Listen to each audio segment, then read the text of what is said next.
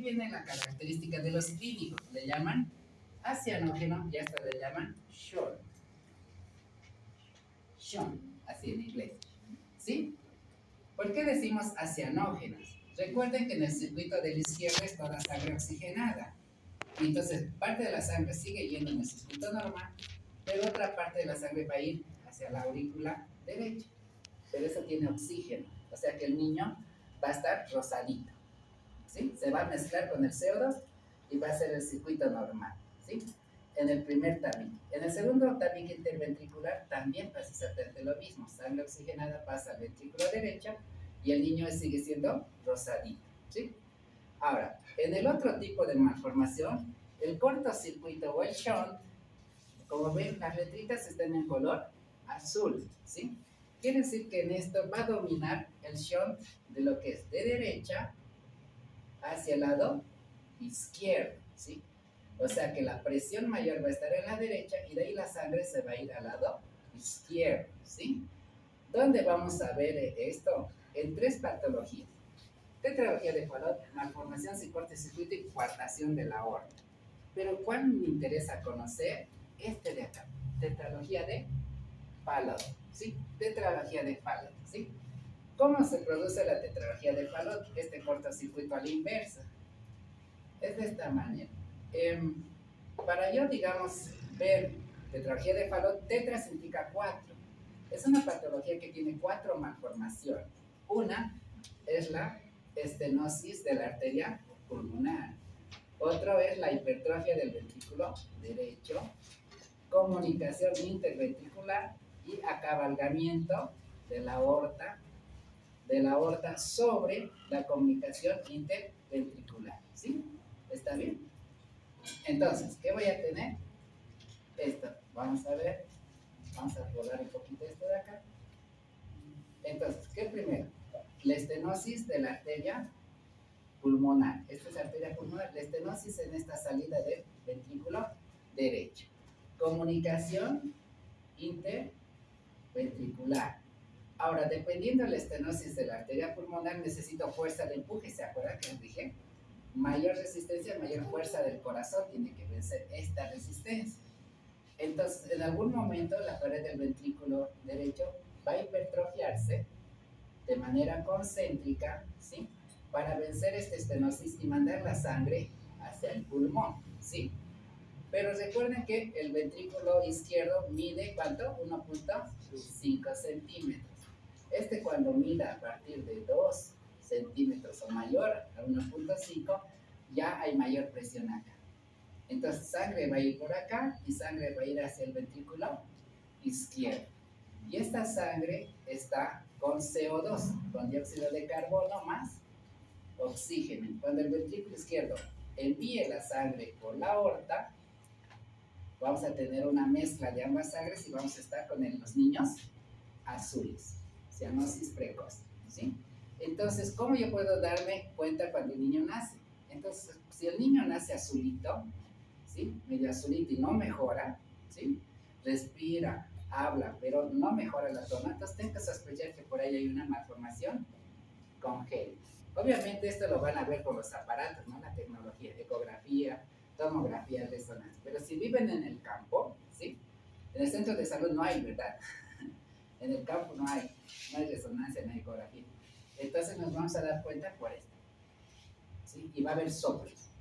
O sea, ese soplo. Soplo es la fuerza de contracción de lo que es la sangre en el circuito. ¿Está bien? ¿Se entiende? Bien, vamos. Entonces, ¿cuál tengo que saber que me da cianosis precoz? Tetralogía de Fallot. ¿Cuáles otros me van a producir este tipo de niños azules por este shunt de derecha a izquierda? Transposición de grandes pasos. ¿Qué significa transponer? Es como en el baile, ¿no? Así cuando hacen así. La arteria pulmonar nace del lado izquierdo y la aorta nace del lado derecho. Transposición de grandes pasos. Tronco arterioso común es cuando la arteria pulmonar y la aorta no se han dividido, sino que son juntos, ¿sí? Inviable con la vida, ¿sí? Juntos, no se han podido separar, no se han podido individualizar, ¿sí? Atresia de la válvula tricúspide. Esta generalmente es un defecto en el niño, pero vamos a entenderlo bien.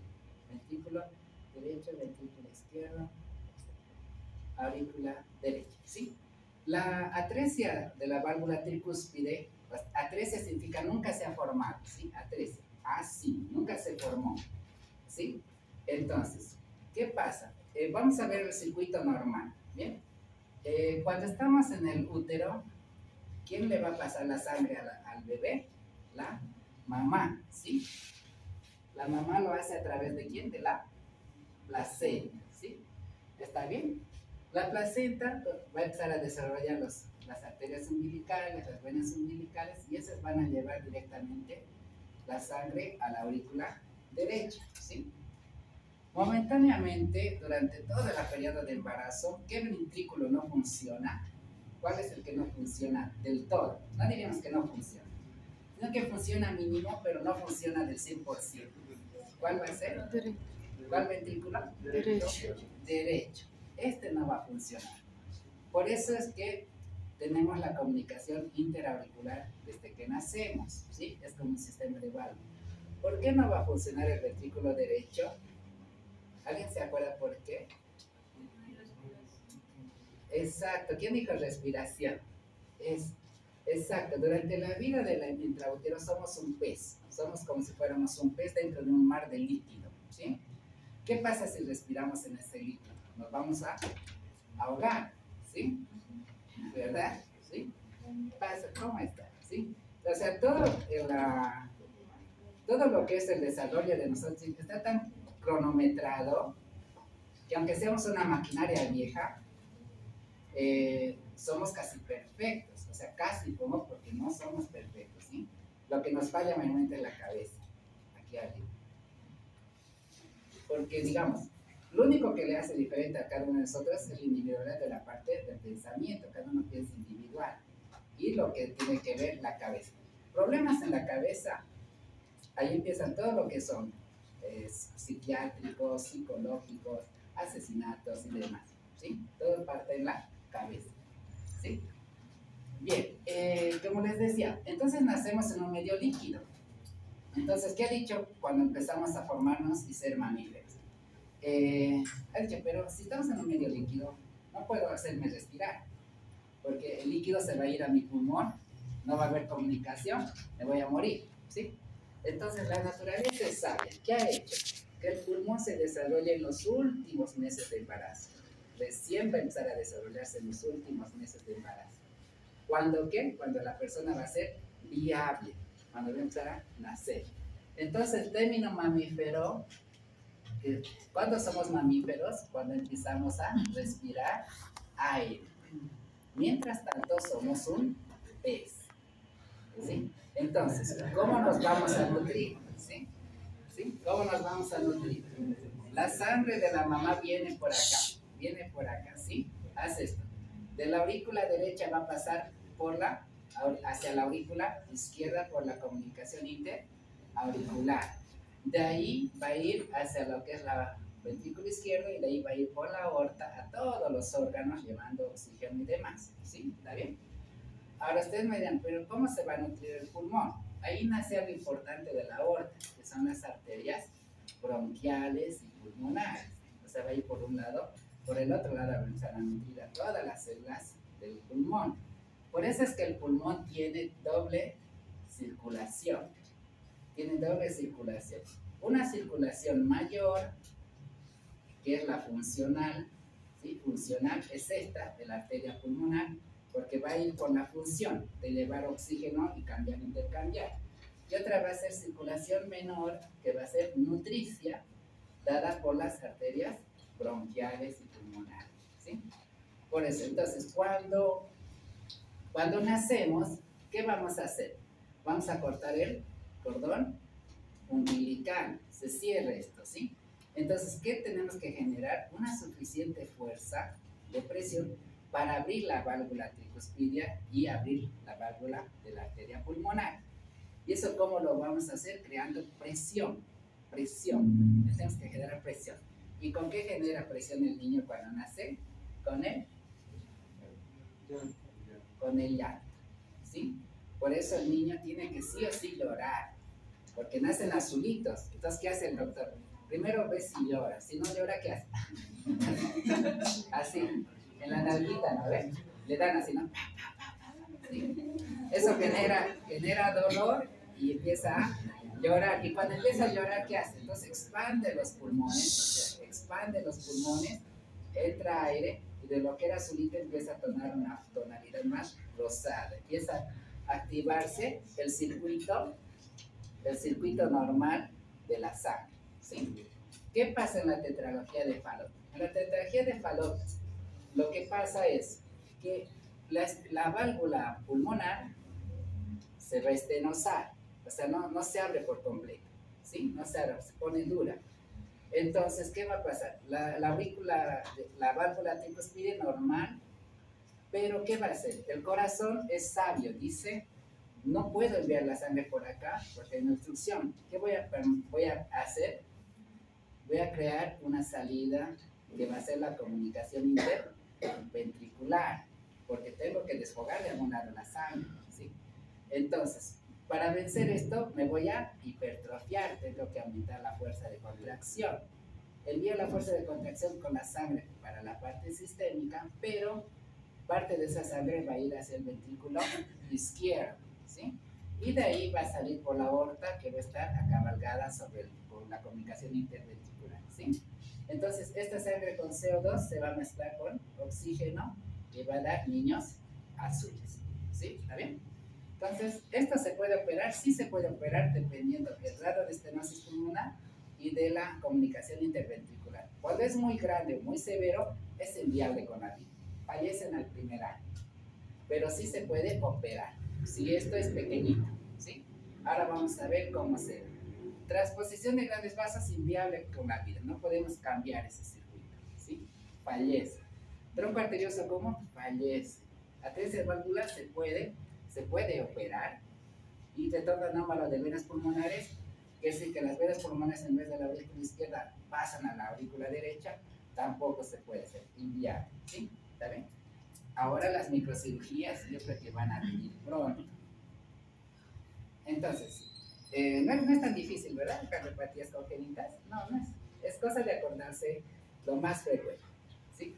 ¿Cuál es la más frecuente? La interventricular. ¿Puede afectar tabique superior, tabique inferior? Sí. ¿Puede afectar la parte membranosa muscular? Sí. ¿Qué soplo me va a dar? Pansistólico, que es decir, durante toda la sístole, ¿sí? ¿Qué me puede ocasionar esto si no corrijo? Hipertensión pulmonar. Porque en el niño no hay problema, pero recuerde que el cuerpo va creciendo, tamaño, densidad, más fuerza. Puede ocasionar hipertensión pulmonar. Y si es hipertensión pulmonar, se transforma en cor pulmonar, enfermedad pulmonar. Y si eso da insuficiencia cardíaca. Entonces, todas las malformaciones congénitas nos van a dar insuficiencia cardíaca cuando vamos creciendo, ¿sí? ¿Está bien? ¿Qué más? Se asocia a la tetralogía de Fallot, ¿sí? Eso nada más. Esas tres cositas subrayadas, nada más apenas. Más frecuente, tabique superior, soplo pansistólico, hipertensión y relacionada con tetralogía de Fallot. Nada más. Nada más. La interauricular es la más frecuente de todas, como les decía. Esta sí, durante el adulto nos pueden detectar, ¿sí? ¿Está bien? La comunicación interauricular puede ser también membranosa, muscular, cortocircuito izquierda-derecha, también desarrolla hipertensión pulmonar, insuficiencia cardíaca, y es la que se diagnostica en el adulto, junto con ¿quién? La coartación de la aorta. Bien. Y esto sí me van a preguntar, esto les van a preguntar. ¿Cuáles son las 4 alteraciones patológicas de la tetralogía de Fallot? Entonces, comunicación interventricular, hipertrofia del ventrículo derecho, estenosis pulmonar y acabalgamiento de la aorta sobre la comunicación interventricular. ¿Sí? ¿Está bien? Entonces, ¿se van a anotar? ¿Se van a acordar? ¿Sí? ¿Sí? ¿Qué? ¿De qué? Atrás dice. ¿Aquí detrás? Ah, ahora está sacando. En mi época era apuntes, así con la... Ahora es tecnológico. Antes era una libretita chiquitita, así. Pero está bien. Todo lo que sirve para estudiar está bien, ¿sí? Para acordar. Entonces no se olviden, esto más que seguro les van a preguntar. Yo les diría que 100%, ¿sí? Si falta, les debería un chocolate, pero siempre hemos preguntado eso, ¿sí? Entonces, sí. Una pregunta. Sí. ¿Se no fuera la pregunta? ¿Cómo? ¿Se no fuera la pregunta? Si no fuera la pregunta, ya, yo les debería un chocolatito toditos. Sí, no, en el examen, que si usted no hace las preguntas. No, nosotros ya tenemos un banco de preguntas de unas 1000 preguntas. Y eso es al sorteo así.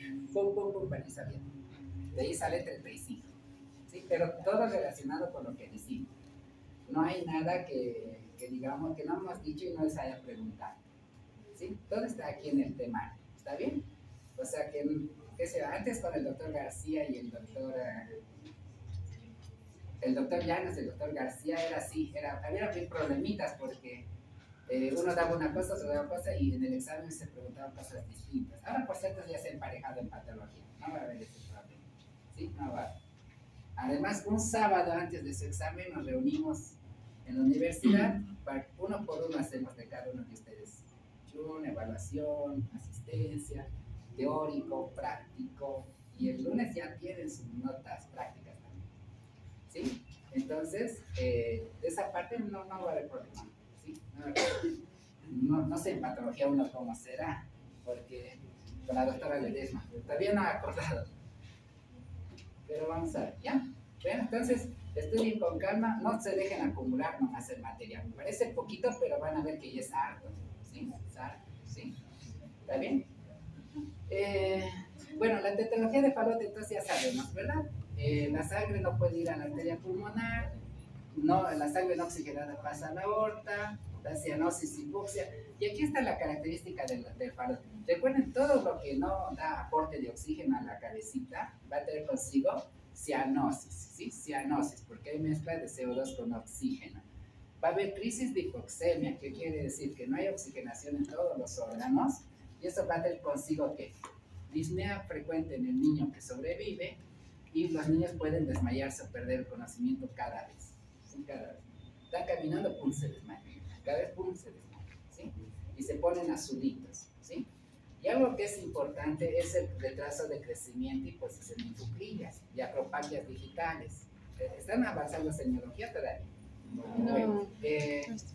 Acropaquia es realmente las personas que viven en el altiplano y carecen de oxígeno, los deditos tienen una característica, son como palillos de tambor, son grandes, gruesos, y la uña es como una cavidad, ¿sí? Eso se llama acropaquia, ¿sí? Son gruesitos, ¿sí? Y tratan del oxígeno, que tratan de compensar. Ahora, ¿qué pasa cuando uno vive con falta de oxígeno, retraso del crecimiento, ¿sí? Fuera de la estatura normal que nacemos, porque todos tenemos ya la medida, dice, ¿sí? O sea, que cada uno genéticamente ya sabemos con la estatura promedio que va a medir, la constitución y demás, ¿sí? Dependiendo del lugar donde hay oxígeno, de ahí se puede subir un poco más o se puede generalmente adaptar, ¿sí? No sé si les comenté esto de la altura, ¿les comenté? No. Entonces, un ejemplo clásico es esto. Ustedes, digamos, tienen 2 hijos gemelos, ¿sí? No sé si les comenté eso, 2 hijos gemelos, ¿sí? Genéticamente cada uno de ellos va a medir unos 70, ¿sí? ¿Sí? Genéticamente, o sea, ya están predispuestos. Pero supóngase que al papá le dicen que va a ir con el hijo a vivir en un nuevo trabajo y es por el Everest, así, por el Himalaya. Ahí va a ir a trabajar, ¿sí? Todo el tiempo. Y la mamá va a ir con el otro hijo, tiene que ir a trabajar en el lado del llano, ¿sí? En el llano hay oxígeno al 100%, ¿sí? En el Himalaya hay déficit de oxígeno, por ahí el oxígeno está en 80% nada más, ¿sí? ¿Está bien? Ambos hermanos van a tener fisionomía igual, son gemelos, ¿sí? Pero ¿qué va a pasar? El que vive en el llano, donde 100% de oxígeno, se va a estirar un poco más. Va a ser un poco más alto que el otro hermano. ¿Por qué? el 100% de oxígeno, entonces va a ser más espigado y de contextura más longilínea, más flaquitos que eso. ¿Por qué? Porque esa cavidad del tórax no necesita mucho oxígeno, ¿sí? Tiene oxígeno, entonces no se desarrolla. ¿Qué va a pasar con el hermano que ha ido al otro? Va también a alcanzar la estatura normal, ¿sí? Pero no va a ser tan alto como el hermano de acá, porque aquí falta oxígeno. Entonces, ¿qué va a hacer el cuerpo? Va a priorizar ¿a quién? Al oxígeno. ¿Y qué va a hacer? Aumenta la cavidad torácica y los huesos se hacen cada vez más anchos. Son personas pequeñitas, o sea, de baja estatura, con tórax ancho. No es que son gorditos, parecen gorditos. Pero a ver, los del Himalaya y demás, ustedes, digamos, algunas se sacan toda la polera, no tienen tanta grasa, no tienen, sino que son de tórax ancho y hueso grueso. Hueso grueso. Entonces, eso es la particularidad con el oxígeno. Falta de oxígeno, retraso de crecimiento, ¿sí? Y si yo estoy embarazada, si yo estaría embarazada de un hijo y tengo también problemas de oxígeno, mi bebé también va a empezar a crecer menos, retraso de crecimiento intrauterino, ¿sí? Y hay que averiguar la causa de eso. Entonces, el oxígeno es importante para el desarrollo de las personas. ¿Sí, chicos? ¿Sí? ¿Sí? ¿Estamos? Ya estamos. Ahí. Entonces, la tetralogía de Fallot, ¿qué pasa? Muchos niños, dependiendo de la estenosis y el grado de comunicación cerebral, fallecen durante el primer año. Pero los que sobreviven tienen anoxia prolongada, infecciones frecuentes, propensos a accidentes cerebrovasculares, porque recuerden que esa sangre mezclada con CO2 va a empezar a ser más lento el circuito, va a correr más lento, éxtasis va a tener, ¿sí? Y el niño adopta una particularidad en la tetralogía de Fallot que no les comenté, pero me estaba viendo. Yo creo que ustedes están vistos alguna vez de sus viajes, yendo por el campo especialmente. Has comentado. Posición en cuclillas. Sí. Son chiquitos que a veces están yendo por una ruta, una carretera, les llama la atención y siempre en las puertitas están acuchiquiladitos así chiquitos, es como si estuvieran sentaditos sobre ellos mismos. Las nalguitas llegan así, pero así apretaditas. Y tú les ves así, están casi hora, media hora, ¿no? Y ¿cómo aguantan? Entonces, pero es porque esta posición les ayuda a empujar la sangre con mayor facilidad, ¿sí? Entonces posiblemente tenga una malformación congénita, ¿sí? La tetralogía de Fallot, ¿sí? Pero se puede operar ahora, se puede operar. Ahora la cirugía pediátrica ha aumentado un montón, ¿sí? Entonces, esto ya lo hemos visto. Entonces, para la última de las malformaciones que hay que aprender.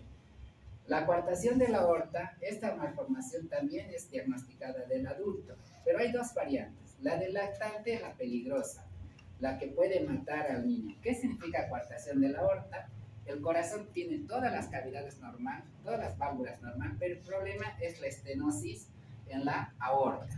Puede ser en la aorta descendente, justo al lado de lo que es el conducto torácico, o en la aorta ascendente, aquí. ¿Sí? En la variante del lactante, la estenosis lamentablemente es en la aorta ascendente, acá. Y generalmente eso crea mucha presión, o sea, el corazoncito quiere enviar con demasiada fuerza, pero va a ocasionar una insuficiencia cardíaca y no va a poder mandar la sangre con fuerza a la que son brazos y cuerpo. Entonces el niño en esta variante fallece, no se puede hacer nada, porque es muy rápido su evolución hacia lo que es la muerte, ¿sí? Es decir, como dice acá, que el corazón, el conducto arterioso no sufre atresia, sirve de derivación, pero lamentablemente la mayoría no consigue sobrevivir al primer año, ¿sí? La operación de esto es un poco riesgosa. Recuerden que la aorta es un vaso grueso, ¿sí? Pero sí, en este lugar sí se puede hacer cirugía, que es la variante del adulto. La variante del adulto es posterior al tronco brachiocefálico de los grandes vasos, ¿sí? Entonces, ¿qué voy a tener en esta? En esta variante del adulto, voy a tener la estenosis en el arco aórtico descendente, ¿sí? Y en el cual voy a hacer uso de los stents para poderlo desobstruir. Esa es la ventaja. Puedo desobstruir con los stents en ese lugar. Y además están libres los vasos grandes que van hacia lo que es la parte superior del tórax. Pero como hay obstrucción, genera hipertensión también de la sangre, porque no va a salir toda la sangre por acá, y busca circulación colateral a través de la arteria mamaria y la arteria subclavia. Entonces, de esa manera, una imagen en escotadura de las costillas es como si la sangre va royendo a las costillas, porque va con tanta fuerza que empieza a desgastar a las costillas, ¿sí? No sé si alguna vez han visto en el agua, ¿sí? Cuando ustedes tienen tierra y con fuerza le dan un manguerazo, va a empezar a cavar, ¿verdad?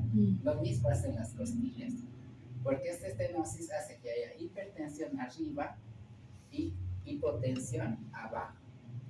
Y lo que se puede hacer siempre va a ser quirúrgico. Estas sí se pueden salvar. ¿Está bien? Y el conducto arterioso persistente, ¿qué es lo que hace este conducto? Recuerden que en la primera etapa el pulmoncito no funciona y de alguna manera todas estas células de acá tienen que sufrir oxigenación, de cierta manera tiene que circular sangre. Entonces, impulsa la sangre del ventrículo derecho poca, pero de la aorta también baja a lo que es la arteria pulmonar. Una vez que nace el niño, esto se tiene que cerrar, se tiene que volver atrésico, ¿sí? Y eso da origen a los circuitos pulmonar y aórtico. Pero cuando persiste, ¿sí? ¿Sí? Generalmente puede ocasionar una hipertensión pulmonar, puede, ¿sí? Pero por suerte hay medicamentos que pueden hacer que se cierre ese conducto arterioso persistente, ¿sí? ¿Está bien? Entonces, es un vaso normal fetal que permite la sangre, el sistema venoso no atraviese hacia los pulmones. Ese es el objetivo de este vasito, ¿sí? Pues recuerden que el pulmón no está desarrollado. Una vez que se desarrolla, se va a cerrar, ¿sí? Entonces, resumen, las cardiopatías congénitas terminan produciendo insuficiencia cardíaca. ¿Hay que repararlas? Sí. ¿Alguna podemos verla de adulto? Sí, la comunicación interauricular y la coartación de aorta del adulto. ¿Esta insuficiencia cardíaca nos puede llevar a isquemia crónica? Sí, porque hay lugares que no se oxigenan, oxigenación inadecuada. Y eso produce retraso de crecimiento. El bebé se cansa más rápido y tiende a tener sueño, ¿sí? Recuerden eso, ¿eh? Persona que se duerme es que no está oxigenando la cabeza. ¿Sí? Por eso los que están durmiendo caminar afuera de ellos. ¿Sí? Pasa esto, ¿no? Les ha pasado. O sea, algunos se fatiga, cansancio, pero generalmente el oxígeno se va llenando de CO2 y nos vamos a dormir toditos. ¿Sí? Hay que tener cuidado. Entonces, ¿es fácil producir endocarditis y trombosis en estos niños? Sí. Endocarditis porque las bacterias aprovechan los lugares vulnerables del corazón, valvular. Y trombosis porque generalmente, otra vez acordarnos de la teoría de Virchow, lesión endotelial, flujo hemodinámico, cuando es alto es el flujo turbulento y cuando es lento es el flujo por éstasis. La éstasis es lo que les va a ocasionar riesgo de trombosis, ¿sí? Y además esas cavidades, cuando la sangre va impulsando, genera también flujo turbulento, ¿sí? ¿Está bien? ¿Bien? Y bueno, eso es cardiopatías congénitas. ¿Vieron? No era difícil, ¿eh? ¿Sí? Bueno, las más frecuentes, ¿no? Después hay otras más difíciles. Entonces, ¿se entendió cardiopatías congénitas? ¿Sí? ¿Sí? ¿Se entendió? ¿Quieren respirar un poquito? 2 minutos, bueno, vayan al baño, mójense, pueden comer algo, su cafecito. Ustedes, ¿sí? Se te pasa,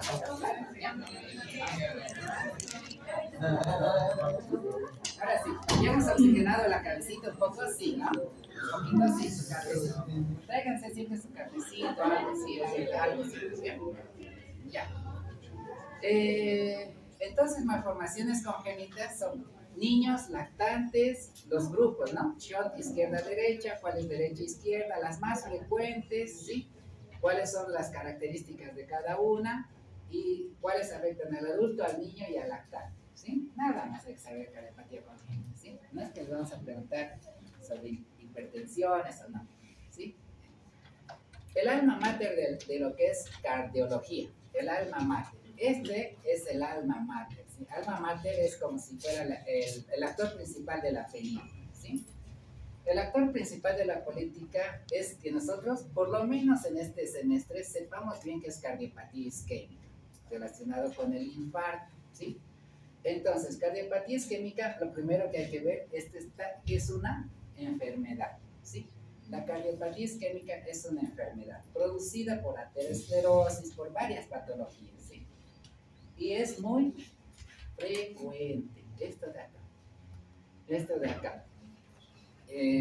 Por ejemplo, nos podemos morir de una cardiopatía isquémica por una placa rota de aterosclerosis, sí. Nos podemos morir de una cardiopatía isquémica por un shock hipovolémico, sí. Esto es importante, ¿sí? Esto es importante, ¿sí?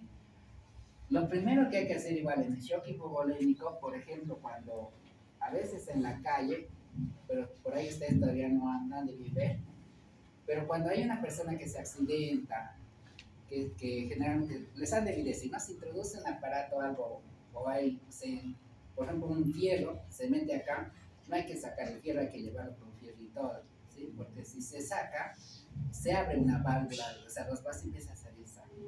Y eso nos puede traer una cardiopatía isquémica, pero de origen no aterosclerótico, ¿sí? Nos va a llevar a shock hipovolémico, ¿sí? Entonces, siempre cuando pase eso, siempre lo que hay que tratar es comprimir ese lugar de la lesión, ¿sí? Comprima y le da chance de llevar a esa persona al hospital o en un auto, ¿sí? Ven sangrando a una persona mucho, qué sé yo, si es una extremidad distal, torniquete, aunque sea por un rato, pónganle algo ahí, pero si es en la pancita, hagan como en la guerra, se sacan la polera y la polera le ponen ahí y tratan de hacer como si fuera un vendaje, ¿sí? Eso va de alguna manera comprimido, ¿sí? Le da chance a la persona. Y eso generalmente la cardiopatía isquémica significa entonces una enfermedad principal causa de muerte. Por eso es el alma mater y esto sí es tema para preguntar en el parcial, ¿sí? Entonces, la cardiopatía isquémica, miren, representa el 50%, yo les dije el 40%, pero es el 50% de las enfermedades cardiovasculares y principal causa de muerte en Estados Unidos, pero también en el mundo. ¿Por qué usamos Estados Unidos? Porque recuerden que Robin es un libro americano, estadounidense, ¿sí? Por eso a veces solamente menciona ahí, ¿sí? ¿Está bien? Entonces, estas tres fotos son principales, especialmente esta, relacionada con la aterosclerosis, es la principal causa de muerte por infarto, ¿sí? Aquí ustedes ven la imagen de esta foto que la persona se agarra a nivel retroesternal izquierdo, ¿sí? Más subesternal izquierdo. Y acá esta foto, en realidad, esta foto está un poco mal tomada, porque si esto ve, digamos, un cardiólogo, un emergentólogo, para ver esto nos va a decir, no, Alex, no me parece que esta foto represente un infarto. ¿Por qué? La localización está muy a un costado. O sea, puede ser dolor torácico, puede ser pulmonar, una fractura de costilla, pero no representa el dolor típico precordial. ¿Cuál es el dolor típico precordial? Que la persona agarre aquí, aquí, a este costado. Cuando ustedes vean una persona que está ahí, empieza a dolerle y la mano va directamente a ese lugar, entonces se está infartando. Lo primero piensen infarto, luego todo lo demás, ¿sí? ¿Está bien? Entonces le van a dar chance de sobrevivir ese paciente, ¿sí? Están ustedes en el colectivo, hay una persona que de golpe empieza a tener dolor, empieza a hacer esto y se agarra el pecho, me estaba viendo. Hay que hacerle parar al chofer o que los lleve a un centro hospitalario, ¿sí? Hay que desviarse un poquito, porque ahí le ayuda a que no sufra daño cerebral, ¿sí? ¿Cuáles son los dos tipos de infarto que vamos a conocer? Primero, antes de eso, entonces, la causa más frecuente de cardiopatía isquémica siempre va a ser la aterosclerosis, ¿sí? La aterosclerosis. ¿Y cuándo se va a desarrollar cardiopatía isquémica? Cuando el flujo de sangre coronario es inadecuado para satisfacer a quién? Al mismo miocardio, ¿sí? Entonces, para esto, nuevamente tengo que acordarme del esquemita que hicimos del miocardio dividido en tres partes. Aquí está la arteria coronaria. Vamos a hacer que esta sea una rama de la arteria coronaria, esta, así más o menos, ¿sí? Que va a ir la sangre por acá. Entonces, recuerde que el 100% de sangre está acá arriba, en la mitad está 50-50, y el que más sufre por ahí la cantidad de oxígeno va a ser el subendocardio. Ese es el punto blanco del corazón. Este es el punto blanco de lo que es el miocardio. Entonces, Cardiopatía isquémica significa cuando el flujo de sangre coronario es inadecuado para satisfacer todo el miocardio, producida por una placa de aterosclerosis que se empieza a estenosar, o sea que empieza a crecer y cerrar la luz del vaso, o por shock hipovolémico, pérdida de sangre, líquido, diarreas, vómitos y demás. ¿Sí? ¿Está bien? Bien. Entonces, ¿qué es lo que tengo que aprender en esta primera etapa? Primero, tengo que conocer bien qué es una angina de pecho o angor pectoris o dolor precordial. Después, insuficiencia cardíaca crónica, esto vamos a ver, infarto agudo de miocardio, vamos a dar mayor atención. Y muerte súbita ya comentamos, ¿se acuerdan? Dijimos que la muerte súbita es cuando se ocluye lo que es la arteria principal del corazón, que es la coronaria izquierda, ¿sí? Bien. Entonces, ¿hay factores de riesgo igual como la aterosclerosis? Sí. Pueden ser factores de modificación, la edad, perdón, que no se modifican. La edad no se puede modificar. Nuestros vasitos van a empezar a envejecer, queramos o no queramos. O sea que cuando yo sea más grande, puedo causar hipertensión, lesión endotelial, trombosis, infarto, ¿sí?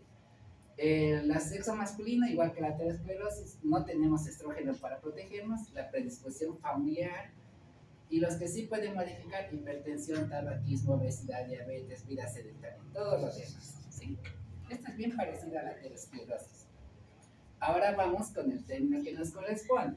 ¿Qué es angina de pecho? ¿Qué es angina de pecho? Más conocido como angor pectoris o dolor precordial, ¿sí? ¿Sí? Primero, la angina es un dolor, eso no hay que olvidar, es un dolor, esto lo ponemos así, es un dolor, es un malestar que puede ser episódico o no. ¿Dónde está? En la región subesternal izquierda. Esos 3 puntos: dolor, malestar y en la parte subesternal izquierda, ¿sí? Ya cuando nos habla de dolor, es un dolor que dicen como si mordiera el corazón, como si algo mordiera el corazón, un dolor típico del infarto, ¿sí? Ahora, este dolor, angor pectoris, se puede precipitar con el ejercicio, con lo que es la actividad, y se alivia con el reposo. Esto también es importante, ¿sí? Esto de acá, ¿sí? O sea, este dolor precordial puede aparecer, ¿sí?, en el ejercicio, durante las actividades, y que generalmente calma con reposo. O sea, no hemos llegado a infarto todavía, ¿sí? Vamos a ver cómo lo vamos a ver. Todo esto es un signo de isquemia miocárdica relativa. El dolor precordial es signo de isquemia. ¿Por qué dicen relativa? Porque a medida que, por ejemplo, acá tenemos lo que es la arteria coronaria, acá tengo la placa de ateroma, y la placa de ateroma puede ir creciendo en tamaño, ¿sí? Y esto, el término relativo es que todavía no se ocluye totalmente la luz del vaso, ¿sí? No se ocluye la luz del vaso, ¿sí? Entonces, vamos a tener 2 tipos de isquemia miocárdica, o sea, falta de oxigenación del miocardio. Una, que cuando el vaso sanguíneo se afecte más del 80 a 90% de la luz del vaso, ¿sí?, voy a tener yo sintomatología de isquemia y dolor precordial en reposo, aún en reposo. Hablándoles ahí voy a sentir la molestia. Voy a seguir hablando y sigo mostrando la molestia, ¿sí? Ahí es un signo de isquemia miocárdica. Tengo que ir al cardiólogo porque estoy en riesgo de que me muera después por un infarto de miocardio, ¿sí? Cuando el vaso sanguíneo, la estenosis que se da por aterosclerosis es menor a 50%, puede ser que con el ejercicio se va a precipitar el dolor. En reposo no va a pasar nada porque la sangre sigue circulando. Pero si yo me empiezo a hacer ejercicio, a correr, ¿sí?, entonces me puede dar isquemia coronaria, ¿sí?, por el ejercicio. Pero va a calmar con el reposo, ¿sí? Pero si sientes el dolor típico acá y es un dolor urente, tengo que parar y ir al cardiólogo, ¿sí, chicas? ¿Sí? Eso es importante. Después, entonces, el estrechamiento de la aterosclerosis es la mayor causa de infarto agudo del miocardio. Después sigue lo que es vasoespasmo, que vamos a ver, la diabetes y la enfermedad valvular aórtica. Pues recuerden que la aorta si no se expande, va a dejar de nutrir sangre a las coronarias. Ahí es a quien protege. En la estenosis una insuficiencia. ¿Está bien? Bien, entonces, ¿qué tipos de angina tenemos? 3 tipos de dolor precordial, 3 tipos de angor pectoris que vamos a conocer, ¿sí? O de dolor precordial. ¿Ven? Vamos a cerrar acá.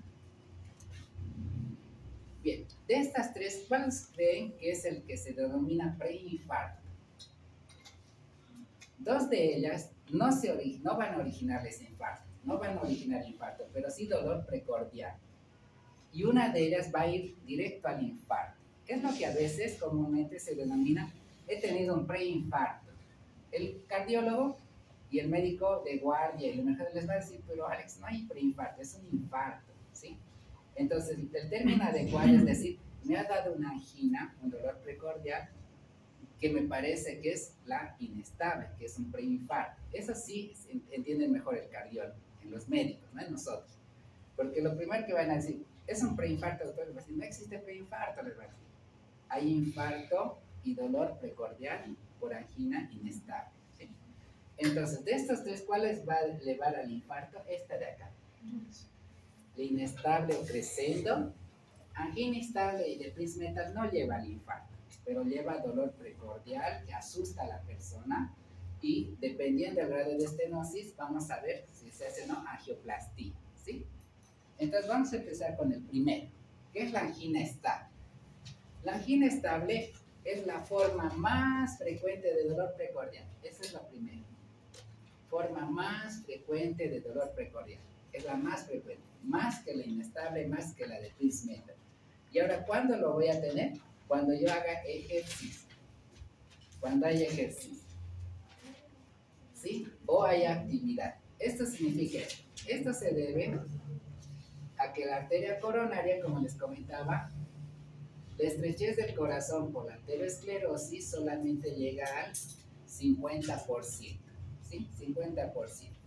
Es una isquemia causada por el estreñimiento de la luz de la arteriosclerosis de las coronarias, pero llega al 50%, precipitada por el ejercicio o la actividad, ¿sí?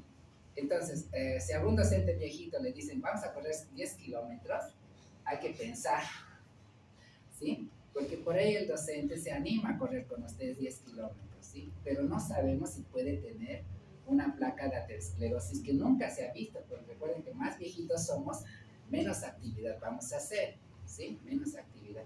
Y si de golpe le hacemos tratar a nuestro docente de 60, 70 años y nos dice, tengo un dolor precordial, ahí sí, agarrémonos que hay que llevarlo directamente al hospital, ¿sí? ¿Está bien? Entonces, no es por malo, pero al viejito déjenlo caminar nomás cuando vaya a correr, ¿sí? Eso es importante, ¿sí? Miren esto. Entonces, voy a tener angina. ¿Eso qué quiere decir? Recuerden que dijimos que isquemia es satisfacer la necesidad del miocardio. Y si el miocardio en el ejercicio, por ejemplo, 100% necesita de oxígeno y nutrientes, va a aumentar la frecuencia cardíaca, va a haber lo que es taquicardia y también los músculos van a requerir mayor demanda. Y eso hace que el flujo de sangre por las coronarias tiene que ir con mayor fuerza y mayor cantidad, porque necesitan más fuerza para enviar sangre. Pero si tienen un obstáculo, va a empezar a llegar menos sangre al corazón, menos sangre por la coronarias y empieza el dolor. Va a entrar el dolor precordial, el dolor típico. Y eso va a hacer parar, ¿está bien? Entonces, angina estable relacionada con el ejercicio, la actividad, isquemia del estrechamiento de las coronarias por placa de aterosclerosis, la más frecuente de todas. ¿Cómo puede calmar? Una forma de dar esto es que si viene una persona con dolor precordial a la guardia, usted le da nitroglicerina sublingual, que es un vasodilatador. Esta nitroglicerina calma lo que es el dolor precordial en este paciente. Está en reposo, le ponen nitroglicerina sublingual y dice, ya me siento mejor, el dolor se me está yendo. ¿Sí? ¿Está bien? Bien. Ahora, ¿cuál es la más peligrosa? ¿Cuál es la que sí hay que tenerle miedo? A esta de acá. La angina inestable que se llama angina preinfarto. Por eso el médico le va a decir, pero no existe preinfarto. Entonces tú cámbiale el tema. Dice, doctor, es una angina o un dolor precordial preinfarto. Es una angina inestable o creciente. ¿Qué quiere decir esto? es inevitablemente este tipo de placa de aterosclerosis, inevitablemente va a llegar a lo que es la ruptura. Ruptura, ¿sí? Ruptura, ¿sí? Mientras con el otro tipo de angina, el reposo calma el dolor, ¿sí? Supongamos están jugando fútbol, ¿verdad? Juegan fútbol, dolor precordial, y le dicen, a ver, don Carlos, siéntese un ratito, a ver. Sí, me está calmando. Se sienta, se echa a la cancha, se echa y dice, don Carlos, ¿cómo está? ¿Está mejor? Sí, ya no tengo dolor. Esa es la angina estable. La angina inestable, el dolor va a ser esto. La intensidad del dolor va a ir cada vez mayor, se va a presentar por un esfuerzo cada vez menor. ¿Sí? ¿Se entiende más, chicas? ¿Sí? ¿No? Más o menos. Vamos de nuevo. Entonces, la angina preinfarto inestable es por la próxima ruptura de la placa de aterosclerosis. ¿Cómo se va a dar? Cualquier actividad que esté realizando en reposo o ejercicio, empieza el dolor precordial y va a aumentar en intensidad. Haga lo que haga. Por ejemplo, yo tengo aquí un dolor precordial y es fuerte. Ustedes me van a decir, siéntese, Alex, quiere agua, sí. Y yo les digo, no, me sigue doliendo más fuerte. Échese. Me echo y me sigue doliendo más fuerte todavía. Entonces me estoy llevando a un infarto. Me voy a infartar sí o sí. Entonces ahí es cuando ustedes tienen que distinguir entre el dolor precordial estable y del inestable o preinfarto, ¿sí? El preinfarto, el dolor de intensidad, si yo dibujo acá el dolor, este es el dolor va a aumentar en intensidad cada vez mayor, más el tiempo que pase, y no importa qué haga, ¿sí? Si es el reposo, camilla, demás, ¿está bien? Entonces, ¿y por qué siente el dolor la persona? Siente el dolor, ¿por qué? Porque la placa de ateroma está próxima a romperse, se está por romper. Y una vez que se rompa, acá la capa íntima, empieza la trombosis y va a ocasionar el infarto agudo de miocardio, ¿sí? Entonces, ¿qué tengo que acordarme de esto? Esto de acá. Dolor de intensidad cada vez mayor que se precipita por un esfuerzo cada vez menor.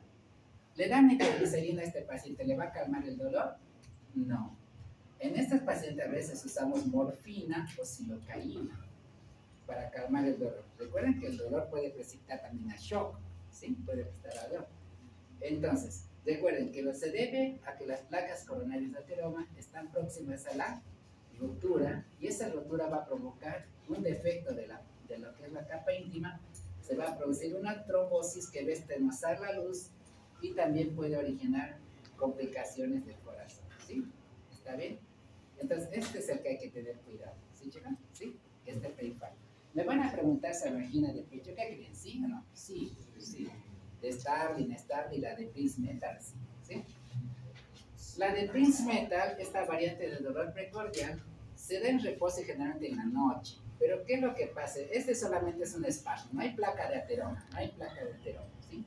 En este simplemente es un espasmo de la arteria coronaria, no se sabe bien la causa, a qué se debe, pero en la noche está durmiendo uno y aprieta así, y vuelve a aparecer. Pero aprieta duro y hace doler, y hace, me ha dado un infarto, dice la gente. ¿Y cómo te sientes? Me siento mejor, pero ese dolor no me gusta, me voy al hospital. Y en el hospital hacen la ecografía, no tiene nada, le dan nitroglicerina sublingual y eso vasodilata la arteria coronaria y el paciente está tranquilo.